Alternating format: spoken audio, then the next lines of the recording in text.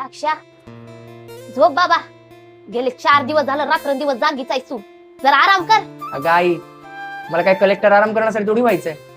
Collector झाल्यावर पण मला लोकांची सेवा करायची आहे, त्यांच्या हक्कासाठी लढायचंय, त्यांच्या मागण्या पूर्ण करायच्या आणि त्यांच्या डोळ्यात जे समाधान असेल ना, तोच खरा माझ्यासाठी आराम असेल. बर बर बाबा, कोण तुझ्या तोंडाला लागणार, भावी कलेक्टर साहेब. बर कलेक्टर साहेब, चहा किंवा हळदीचं दूध आणून देऊ का? नाही आई, तू झोप, आराम करतो. लवकर अभ्यास उरकच झोप. आला मोठा भावी कलेक्टर. होय.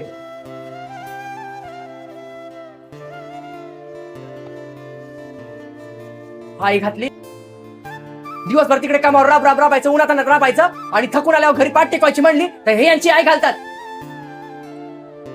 अरे बाबा, रात्रीचं तर सुखानं झोपू दे. दिवसभर डोकं उठलाय माझा, हे घरात वेगळं नाटक.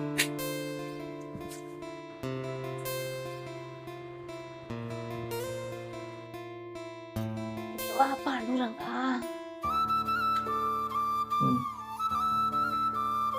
देवा पांडुरंगा, लक्ष ठेव रे बाबा माझ्या अक्षाकडे.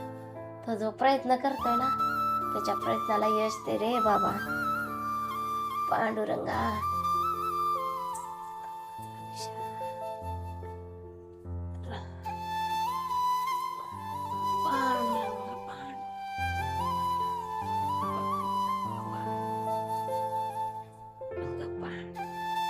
अक्षया, घरात अभ्यास.